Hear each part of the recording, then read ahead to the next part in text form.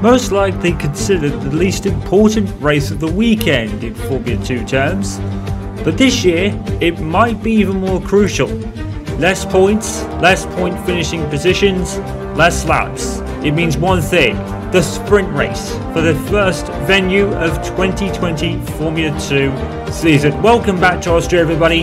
Contrary to yesterday, it is a lovely sunny day, so we are going to get our first viewing of the 2020 Formula 2 dry tyres, which are increased to 18 inches, of course, and we're going to have the added incentives of the grid being reversed, at least at the top 8, which could prove a surprise. No one has ever won a double event here in this kind of format. I think the one that came closest was, I believe, Aiden Jackson back a year or so ago. So let's take a look at the grid then. The top 8 are reversed, meaning Aiden Jackson and Felipe Drugovich will be on the front row, followed by Callum Island and Aiden Jackson. Row 3 will be Guan Yu Zhou and Jack Aiken, and the final reverse positions will be Dan Ticktum and Mick Schumacher as they finish 1-2 in the sprint race.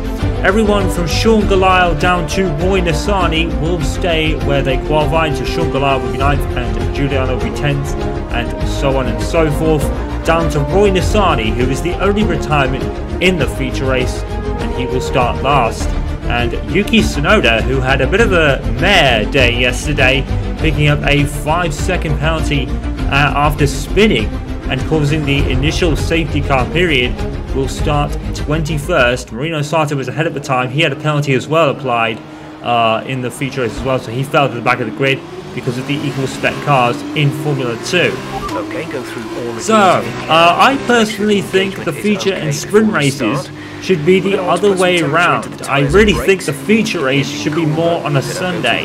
I'm not really sure how the rules are clarified for next year, but I think there is going to be some schedule changes. I think there's going to be 2 sprint races next year, followed by a feature race. I could be wrong. I think that's the format they run in Formula 3 already, which Aiden Jackson would know all about. The Formula 3 champion getting off to a very promising start in his debut race, finishing 5th in the race. Couldn't really make inroads on those ahead at the time, which would be Zhu and Aiken with that grid reversed. And I think before we start this race, I have to say big apologies to Lando Norris, because he was the 3rd driver I couldn't think of during the mention of the golden generation back in 2019. It was Alex Albon, George Russell, I think it was 2018 actually, Alex Albon, George Russell and Lando Norris. Why I didn't think of Lando Norris at the time, I have no idea. We have had an extended break, I guess, so I'll cut myself some slack even if no one else will, particularly the very avid fan base that Lando Norris has. So he's currently in Formula 1 with McLaren right now in the 2020 season, and is staying with the McLaren, I think, for the foreseeable as well. He's very much part of their future in Formula 1.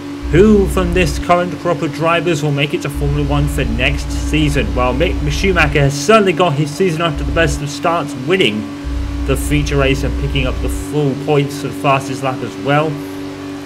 Many other kind of seats possibly for Callum Island. The Ferrari Academy drivers are very much in the box seats with Alfa Romeo, Haas and Ferrari all kind of on the Ferrari docket, as it were. Mercedes do have a couple with Williams and Aston Martin with Mercedes engines, but the Ferrari Driver Academy is definitely the most prestigious, and many drivers have made their way forward from there, including, of course, current Ferrari driver Charles Leclerc. But that is a long way away.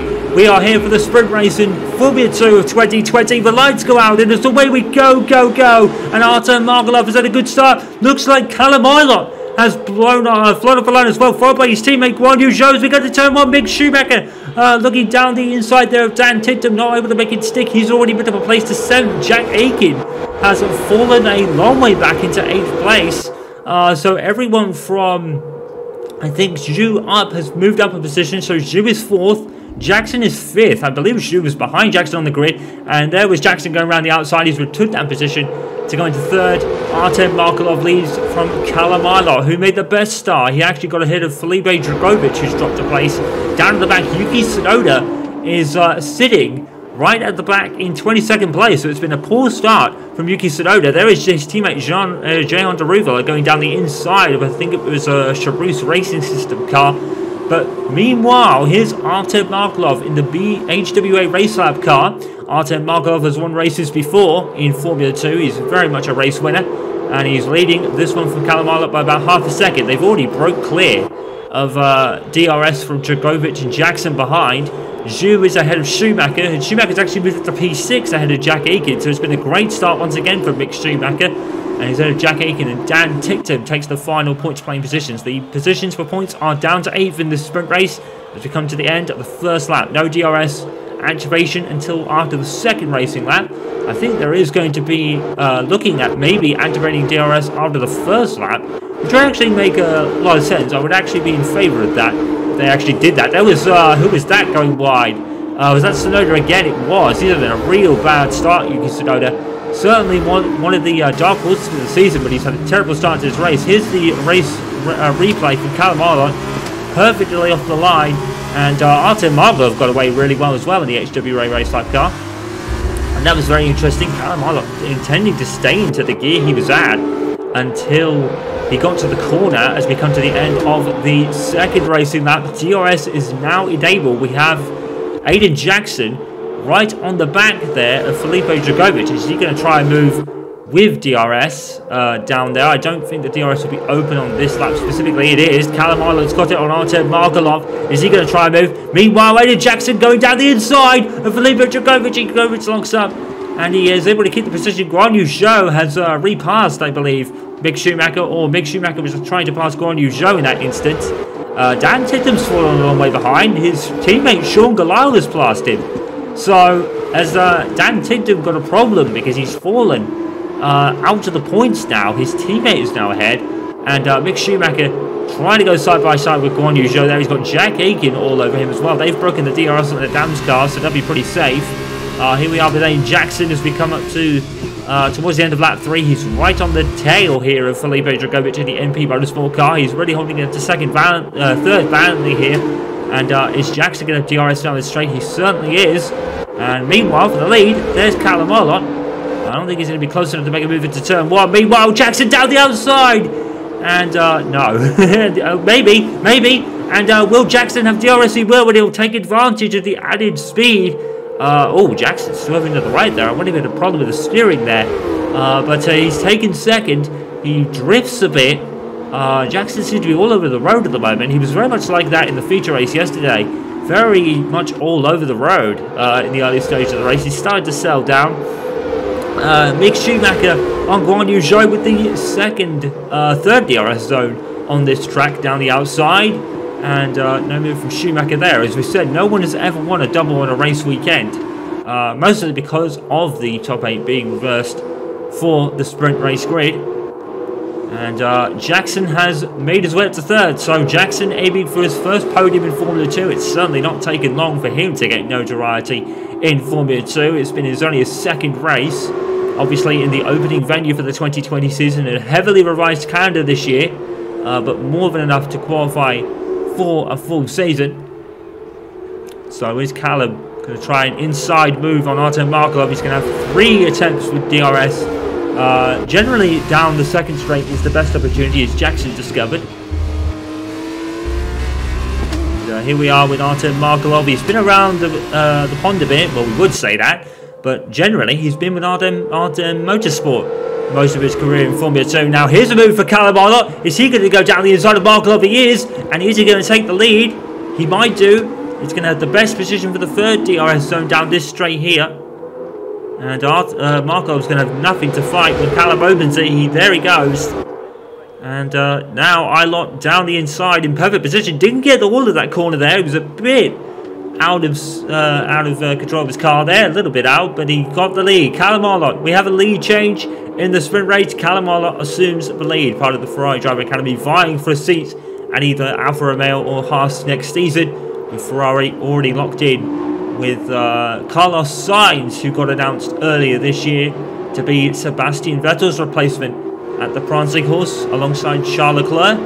Alfa Romeo, we are still waiting for confirmation of their drivers, and the same with Haas as well. We will probably know that more in due course, and we will see how the Ferrari Driver Academy drivers do. Schumacher and Arlott right at the front so far this year. Robert Schwartzman down in 12th with no points to his name after the first 2 rounds at the moment. It doesn't look like he's going to score from 12th, but it's been a very slow start for Robert Schwartzman, but keep an eye on him. He will certainly fit better when he's adjusted to the sport. Next round will be in Silverstone, of course, in line with the British and 70th anniversary Grand Prix.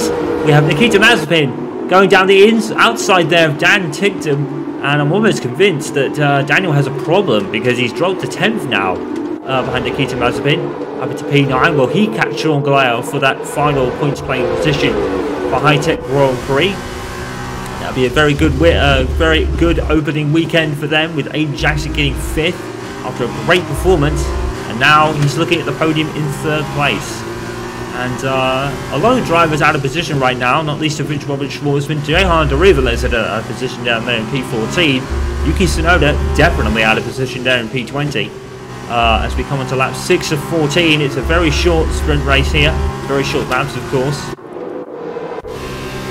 Well, Giuliano Alesi got a point for his good effort of sticking with Marino Sato. He was on to score that point, of course, before his 5-second penalty for, I think it was illegal blocking at the beginning of the safety car period, and we did see that. Yuki Tsunoda got a 5-second penalty for ignoring yellow flags, which was bizarre considering he caused them, and he was going rather slowly at the beginning of that anyway. And here's Markelov close enough to make a move. No, he's not. Aiden Jackson is cashing onto the leaders here. There is Aiden Jackson. He is closing in on the leaders, but he's a second behind. He's not going to get DRS on the leaders ahead. Mick Schumacher, former behind Guan Yu Zhou, but now in P6. Made 2 positions off the start. In the sprint races, just holding onto your championship lead is crucial, but you need to hope those around you aren't ahead of you. And Mick Schumacher, I think, will still lead the standings by the end of this weekend. He might be ahead of Jackson, actually. Jackson might have moved a few spaces by that, so we'll have to keep an eye on it. He's keeping it behind the UNO Virtuosi car. Dan Ticktum, how close is he to Alesi? Alesi's right there. Dan Ticktum must have a problem with his car, because he is really falling back here, and now he's falling into the clutches of Alesi and Schwartzman behind. And we'll have to keep an eye on him, but he's dropping like a stud of own. No mandatory pit stops in the sprint race, which as a result you pretty much run the hardest compound tyres to the end of the race. Alesi going, looking down the inside. He had DRS open there, but he didn't have enough speed to pass Ticktum. He might have it this time. Will Schwartzman also get him as well? Alesi pulling to the outside. And Dan Ticktum is definitely got some groaners in that car at the moment. He's going to try and fight back against Alesi. Will he have DRS? Instead of Alesi going down the straight, he will. And he's not going to make any inroads. He's going to take to the outside. Alesi's going to cover the inside of the corner. That's the best entry to the corner, of course. And Alesi has it covered. So I believe Dan Ticktum is struggling in that Dam's car. He might have engine problems brewing in that car. And it'll provide Robert Schwartzman way up to 12th, but he's not going to score any points from there. I think the fastest lap is still the top 10, and I think it's still 2 points in the sprint race. Meanwhile, here we go. Aiden Jackson on Artem Markelov then. The Formula 3 champion is fighting for second. Markelov will have the advantage of Jackson says the fastest lap at a 1:17.3. It doesn't look fast, but don't forget, compared to their Formula 1 cousins, the Formula 2 cars are equal spec and equal performance, and are much slower as a result of that.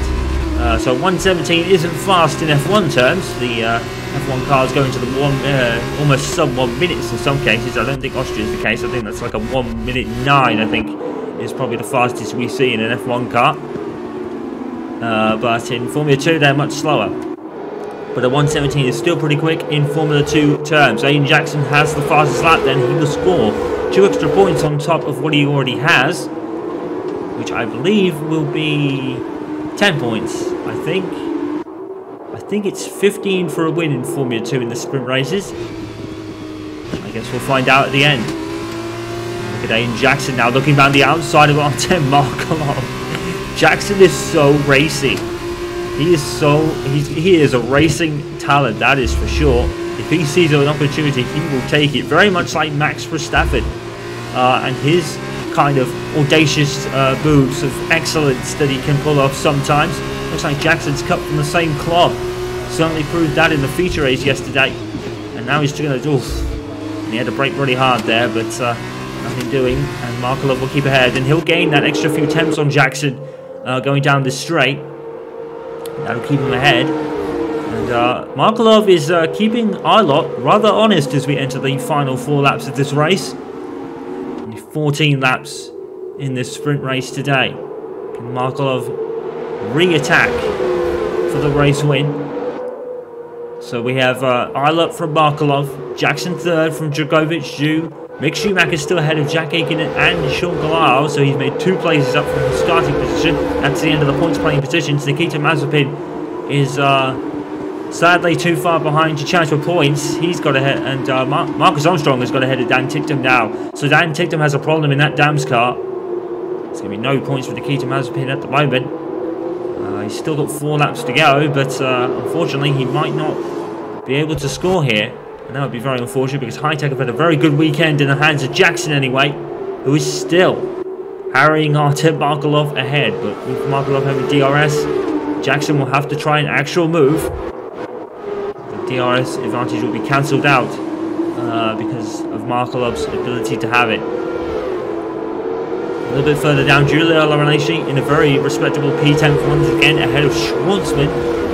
Armstrong's beat Dan Ticktum. Jehan Deruval out of position in 14th ahead of Christian Lundgaard.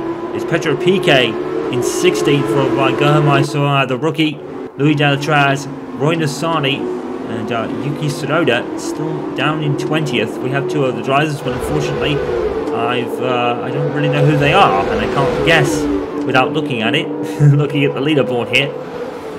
In any case, is that Kalamalo? Or is that Felipe Dragovic is falling into the clutches here of Guan Yu Zhou and Mick Schumacher behind, so we might still have some changes for position yet. And still, Markelov resists the raw talent that is Aiden Jackson. He's looking all over the place. And I mean for a classic move, not looking all over the road. He seems to have settled down again in terms of his racecraft. And he might be the most fierce racecraft-like racer on this grid, Aiden Jackson. If there is not a win in his rookie season, I think a lot of people will be very shocked. But I don't think it'll be too far from it. It may come in a sprint race. Mick Schumacher did win the sprint race at Hungary last year. His first feature race win last time out yesterday. Marcus Armstrong still ahead of Dan Ticktum, who continues to struggle in the Dams car. Jehan Deruva all over the back of him in the leading car lane ahead of his teammate Yuki Tsunoda, who's made no inroads from 22nd on the grid apart from 2 places.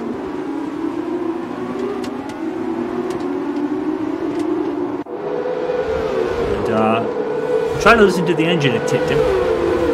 It sounds okay. It doesn't sound like it's it might be a misfire somewhere. That could be an option.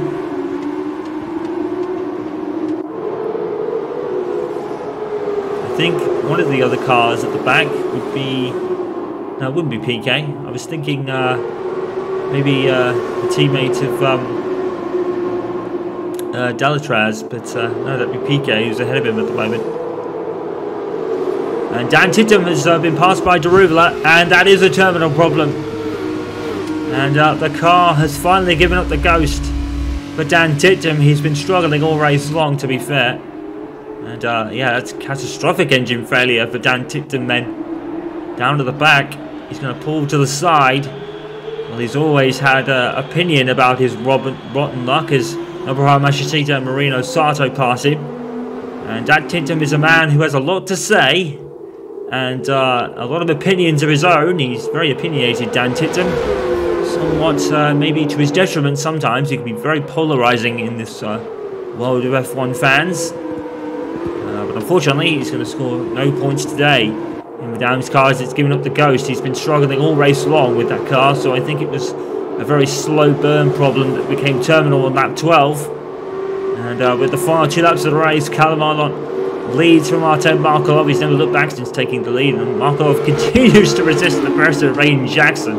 And look how close they are. And is Jackson going to have a last lap dash maybe on Markelov to take second place? He'll be on the podium no matter what, Jackson, unless he has some rotten luck at the end of his race. But here we go then. Final lap for Callum Arlott, who is going to take the win, barring a mechanical failure in the UNI Virtuosi car. Looks like we might have some changes down the field, because it seems very close behind Jackson. It's due to Galayo, I think.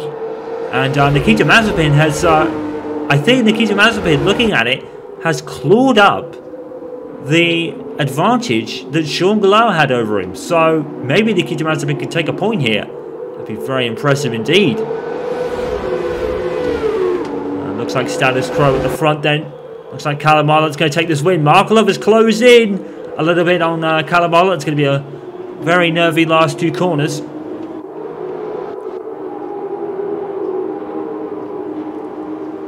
And looks like he's got it all under control. UNI Virtuosi running 2 different liveries this season.